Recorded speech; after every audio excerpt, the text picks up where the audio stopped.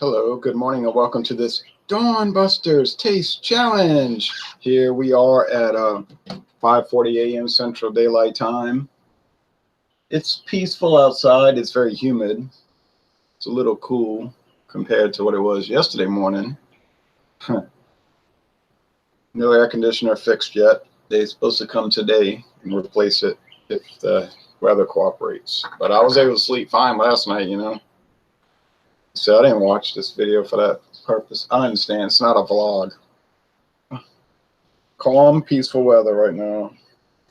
Sun is coming up. Well, this morning we have this 75 South is from what did I put? 2004, I think I put on there. Can't keep up with all of these dates. 06. Yeah, I thought it was 06. It said 04. That didn't seem right. I think that was the Canadian crust. Anyway,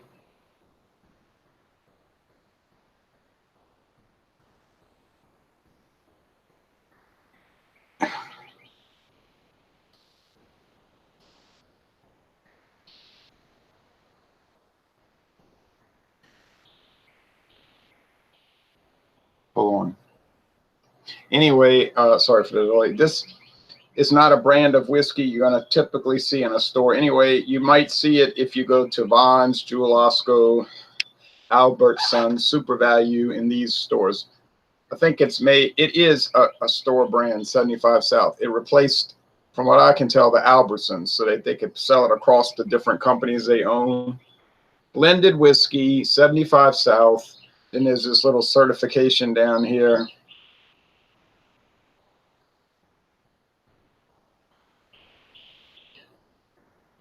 Not a government certification, just the company doing that to make it look, I don't know, certified. Blended whiskey, 40% alcohol, 80 proof, 750 milliliters.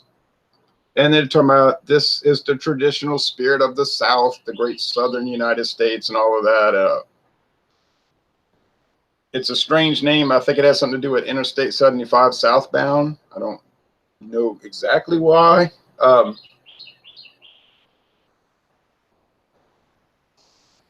And then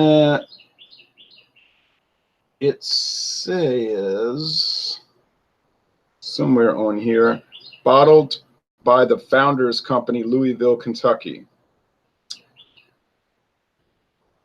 Now it just says blended whiskey. It doesn't say Kentucky blended whiskey or anything like that. So could it be from Indiana? It could be from Midwest Grain Products and just bottled over there by Sazerac. It is the Sazerac brand because the Founders Company is the Sazerac alias name. I think the U.S. government says they call it an assumed name.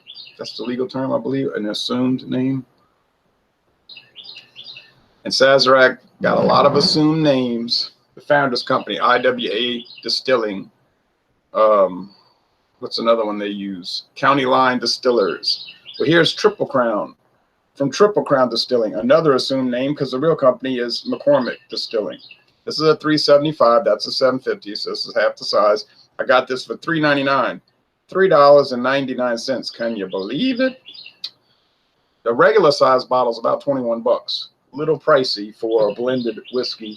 80% grain neutral spirits, 20% straight whiskey. Now, another thing about this 75 South, there's no age statement, which means the straight whiskeys in here are aged at least 4 years. Does that mean they're quality? No, not necessarily. But they're aged in oak barrels. Yeah, I know, probably used oak charred barrels. Might be 25, 30, 40 years old, those barrels. Because they don't waste the barrels. Nope. They sell them to Scotch companies in Scotland. They use them to age Scotch. They sell them to Canadian companies, Irish companies, so on. All right. I'll be able to tell them apart because the Triple Crown is distinct. And why is it distinct? My suspicion is that it has a distinct flavor because of the addition of oak extract. And I would like to know how many whiskeys use oak extract. I'm going to see if I if I get a chance today, because I can't do too much today, they're going to be working on the air conditioner. They said it takes all day. I doubt it will, but it could. And if assuming they can do it, I might research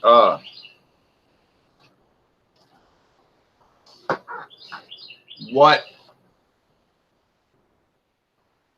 whiskey brands use oak extract. And there's probably not really any information about that. All right, amber. Do they have coloring in this? The straight whiskeys, the straight bourbon whiskeys in Triple Crown are only aged 2 years. 2 years. Are you going to get that deep of a charred color in 2 years? I don't see how. I think it's colored. You say colored, you can't say that on the internet. That's a statement. I'm talking about whiskey, dude. All right.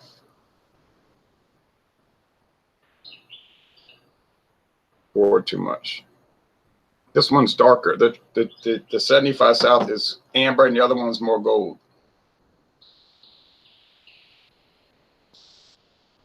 So is this a colored whiskey? I mean, a whiskey of color. So you can say it that way.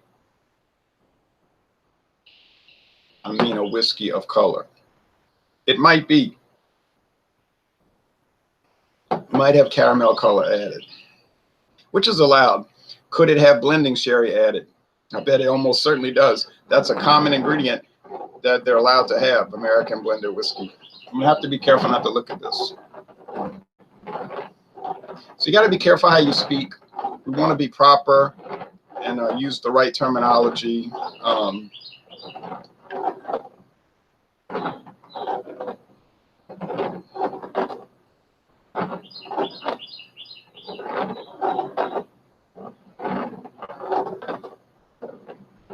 Now you don't want to say charred oak. What do you mean charred oak? What you trying to say? Why it's got to be charred? So you want to say oak of charredness, an oak of char. All right, because for some reason, if you reverse the adjective, then it's okay. So that's a fascinating thing. If you put the adjective before the word, it's terribly offensive. But if you put the adjective after the word and precede it with a preposition of, then it's quite acceptable and even desired.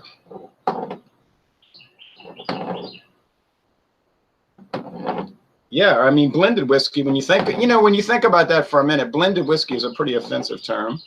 I agree with that. When I say it, I wince. You notice that I feel kind of uncomfortable because that's something my grandfather used to say, blended whiskey.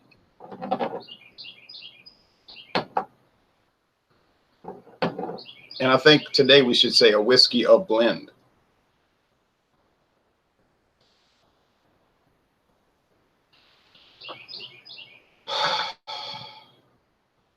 And one more thing, why are national news organizations like CBS News making announcements about bit actors and actresses dying?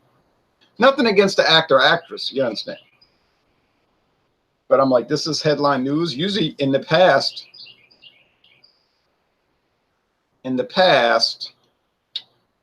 that would be a footnote in the paper somewhere. That was it. Now it's on CBS Morning News. CBS Morning News on the radio at 4 a.m. Central. Somebody who played a bit part in Willy Wonka and the Chocolate Factory died, 62 years old, and she gave up acting in 1978. I said, well, I don't know. That's where the news is now. We're going to make headlines on bit actors who died, actresses and actors. You say, oh, no, you're not supposed to say actress. Everyone is an actor. I'm so backward. People watch these videos and they can tell. I say things like stewardess, actress. Oh, why are Louisiana people so...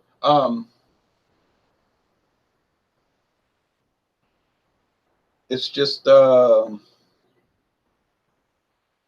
Terrible, terrible, horrible.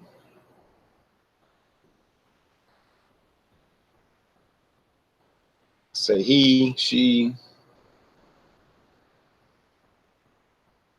I use other terminology.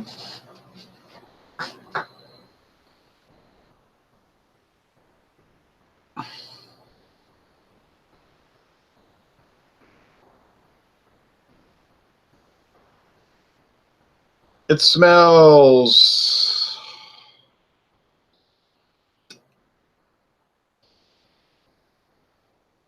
a little what you would call musty, like old furniture, like old furniture. I'm a grammatical master, right? You know, furniture. Just like old wood, varnish, something. And I think that's coming from the old wood, you know. You know, it's a smoky strangeness in a way. Say smoky. Bourbon or blended American whiskey smoky. Well, that's what I'm picking up. Corn, corn grits. It's pretty mellow. A little shocked because I wasn't expecting that. People say, I guess you say chairman and chairwoman. You don't use the term chair. Mr. Smith is the chair of the committee. No, I don't use that term because to me, a chair is something you sit in.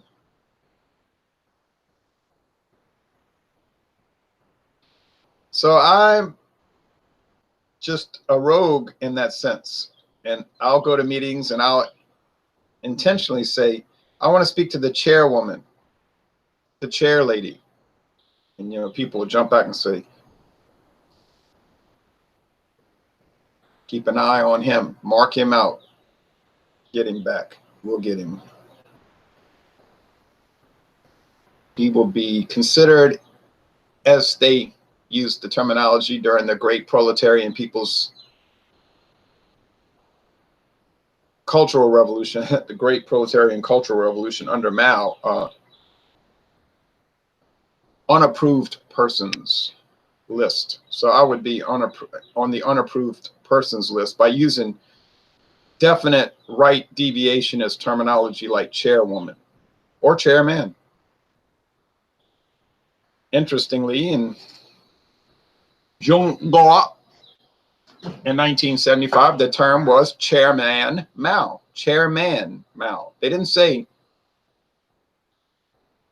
Mao Zedong, chair of the People's Republic of Zhongguo. Zhongguo. Zhongguo.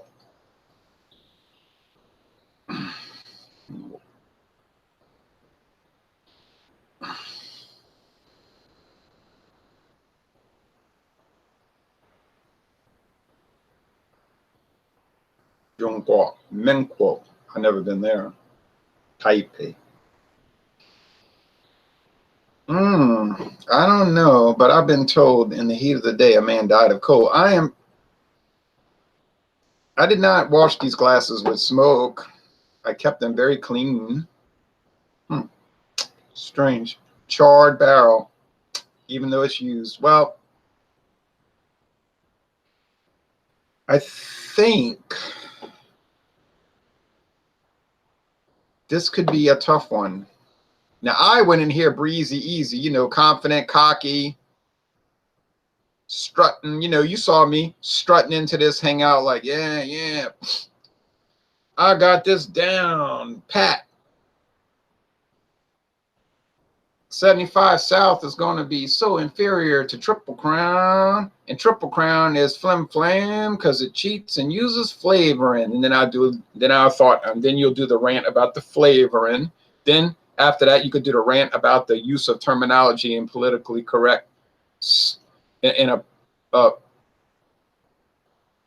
it relates to politically correct considerations in the 21st century and all of that.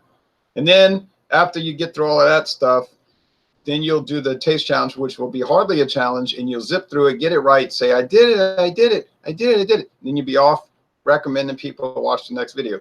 All of those things. But now we've run into a roadblock. or an aroma at least. So, well, well, that's a deep subject. Here we go. Let's do the taste challenge.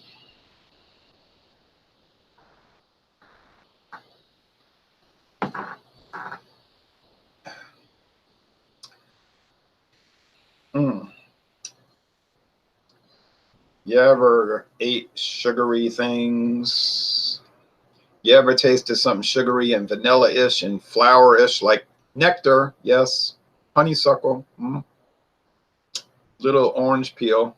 That's all this. And it's a cheap blended whiskey. No, you know what I paid for that 75 South? $5.99. Oh, it's $6.49 now, I think. Prices went up. Oh, but Albertsons might do a deep discount from time to time. I mean, $6.49 is the normal price, you see. And then you get the big jug bottles. You can get the big, beautiful, beautiful plastic bottles.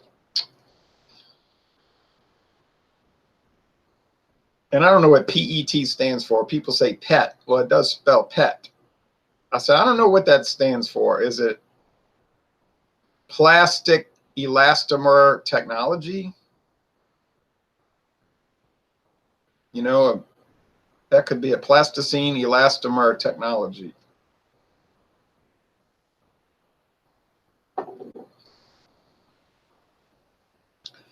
Okay.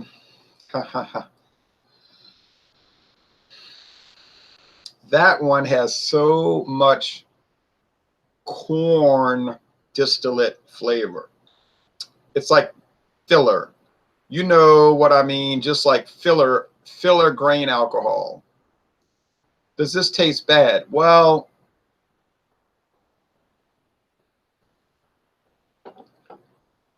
there's a little sourdough in it, which I think they must be using sour mash whiskey.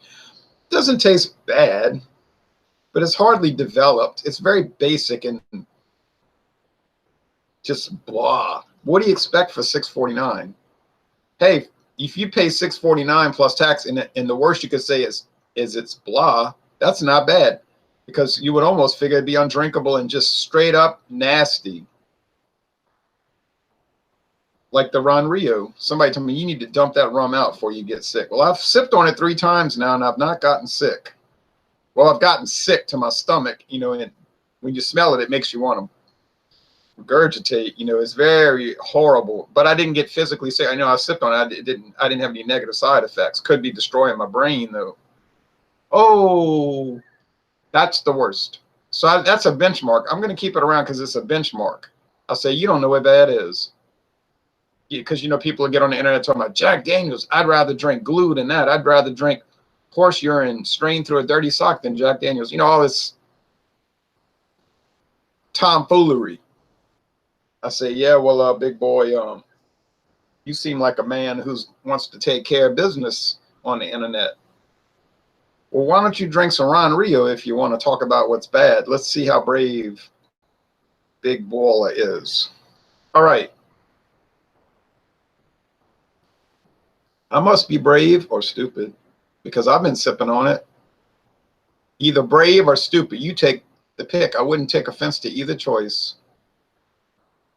Yeah, there's a lot of corn here. Oh, wow. It's starting to kick in. You know, that's the thing about these. At first, they come across like legitimate. Like, yeah, it's not. And then the corn grits kicks in. Ho! And then it's a grit attack. Oh, I could see the daylight. It was shining through my eyelids. Daylight. Let the sun shine in. But really, I wish it wouldn't because it makes it hot and I have no air conditioning. Da, da, da, da.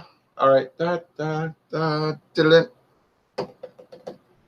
I think there's a little oak extract in this thing.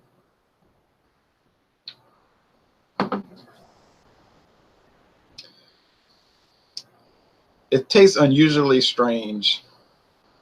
You know, like stuff made with that liquid smoke. Yeah, this is like liquid fake oak. It is made with oak. I understand oak extract. How do you get liquid from an oak tree? What did they do? Squeeze the juice? I don't know. What do I know for science? But it's weird. It's a weird one, Mr.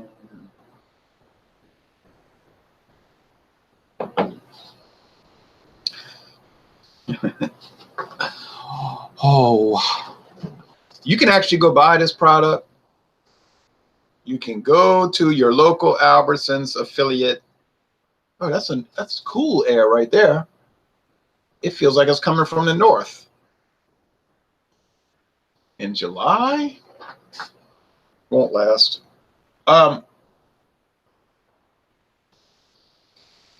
You want to try something that's just,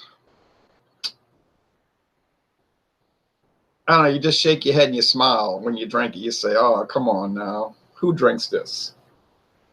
And the second question is why?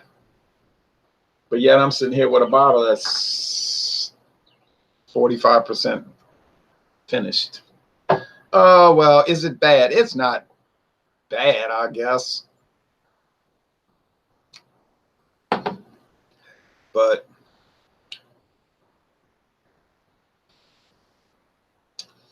it's like distilled grits. It's like if you took a bowl of Quaker grits, but of course this is yellow hominy, that's white, and you distilled it, you would get this flavor. Now, if that sounds good to you, buy it. Does that sound good to me? Well, guess how many times I plan to buy 75 South in the future? How'd you guess? Never again, right? Huh? Y'all are perceptive. How many times do I plan to buy Triple Crown again? Oh, never. You know, I did it. I did buy the Virginia Black 2 bottles. I wanted to have a full 750. I kind of regret that now, but I only spent $4. Oh, $5. Still, Virginia Black is strange. It's got flavoring added. My friend David was like, I told you. I said, yeah, but I didn't. I was missing something on it. I don't know. I couldn't wrap my mind around it. And do they use oak extract? I wouldn't be shocked at all. Would not be shocked at all. I don't think Virginia Black is bad, but it's, I don't know, awry. It's very awry. Something. I don't think I don't think it's selling. I see it at stores for $34 a bottle in that beautiful box, rubberized box, but I don't think anybody's buying that stuff. Why? In 2 years, I bet you get on the website, it'll say this domain is available. You know what I mean? It's not going to be around. It came out 3 years ago. 10 years, 2026. Well, no way. Who's going to be talking about Drake in 20? It might be. He might be the biggest star. Might be Drake and Taylor Swift duet album song. I don't know. But I wouldn't put money on it. This has got to be the Triple Crown. Now, which one would I choose? I wouldn't choose either one, but I guess Triple Crown is marginally better, and that means it loses this time because in this case, it really isn't shining. It's not. It's been shining. It's been shining. And the taste challenge has been whipping everybody.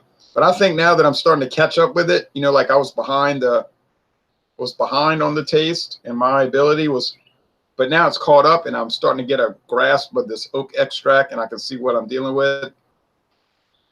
Now I'm noticing it's really only marginally better, but the price is significantly higher than normal price.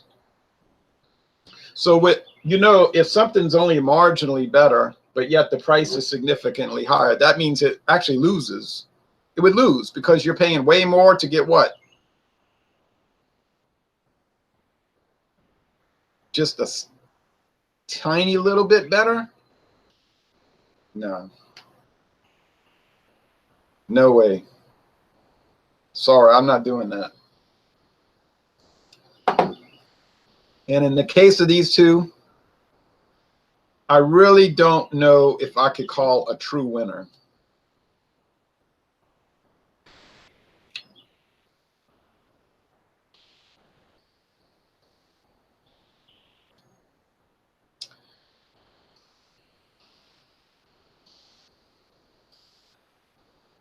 if you like the taste of rubbing alcohol, and I'm trying, you say you're becoming very hostile toward these products. Why do you have this?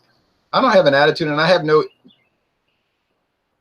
embedded or like subconscious animosity towards these. I know it's a class of whiskey and they exist and people buy, but I just think I have a feeling I have a lot of hostility towards these this morning. And it's not that I have to pay $5,000 for the air conditioner. It has nothing to do with that. It's just what I'm tasting, and what I'm tasting is not too gorgeous, you know. I'm sorry, y'all, but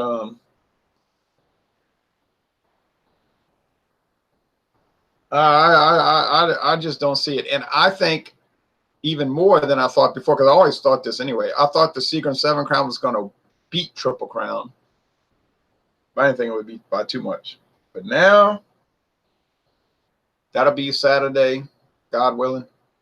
Oh, I think Seagram 7 Crown is just going to destroy it now. I really think Triple Crown is going down for the count. They're kind of like Mike Tyson. You know, this whiskey's like Mike Tyson. It's been winning and winning and winning and beating everybody.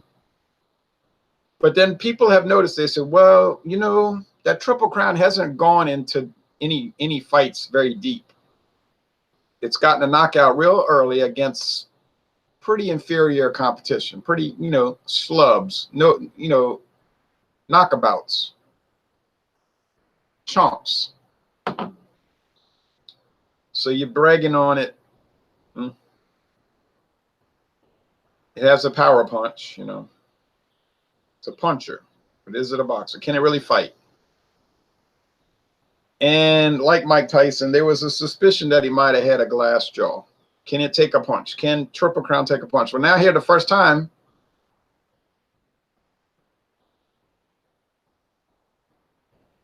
and if you remember 28 years ago with Buster Douglas, their whole strategy is if you could just survive, if you could survive the initial onslaught and start bringing him into later rounds. His stamina is questionable. And there is the suspicion of the glass jaw. And so this is the strategy that was used.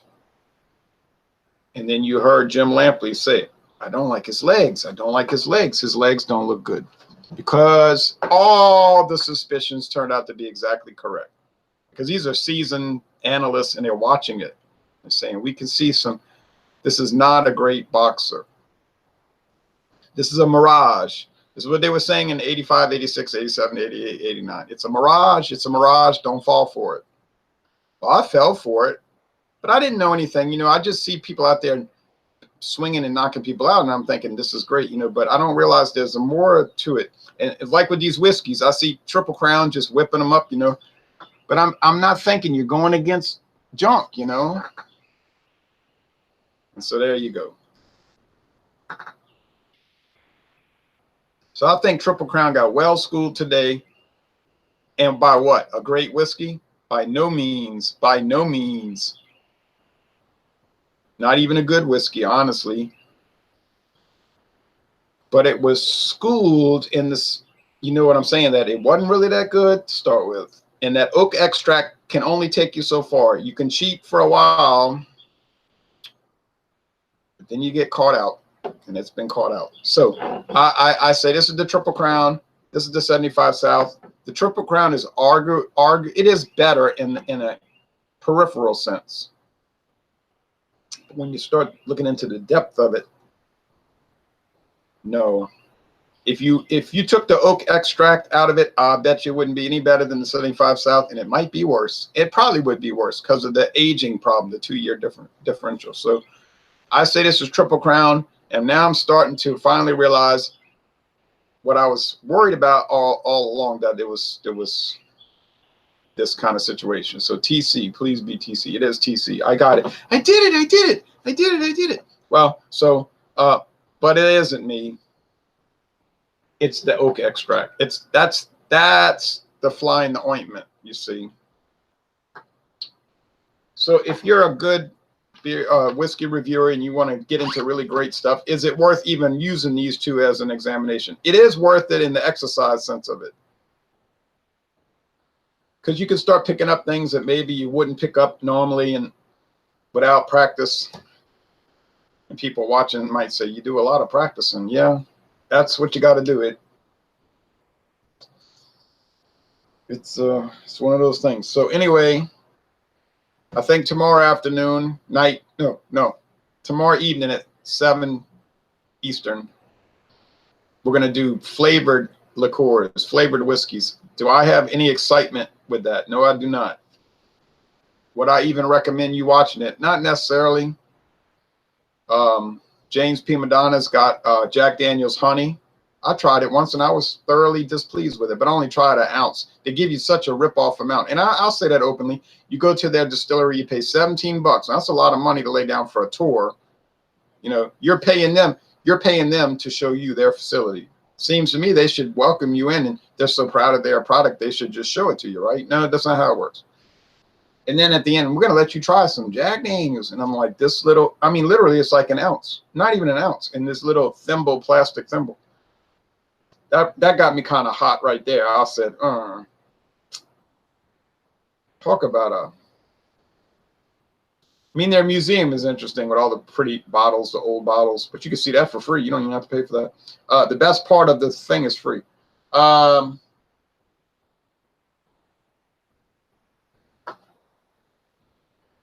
Hey, Gecko, get out of here. So he's going to do that, and I'm going to do the Pie Hole Cherry Whiskey. Is Pie Hole Cherry Whiskey good? We can say that.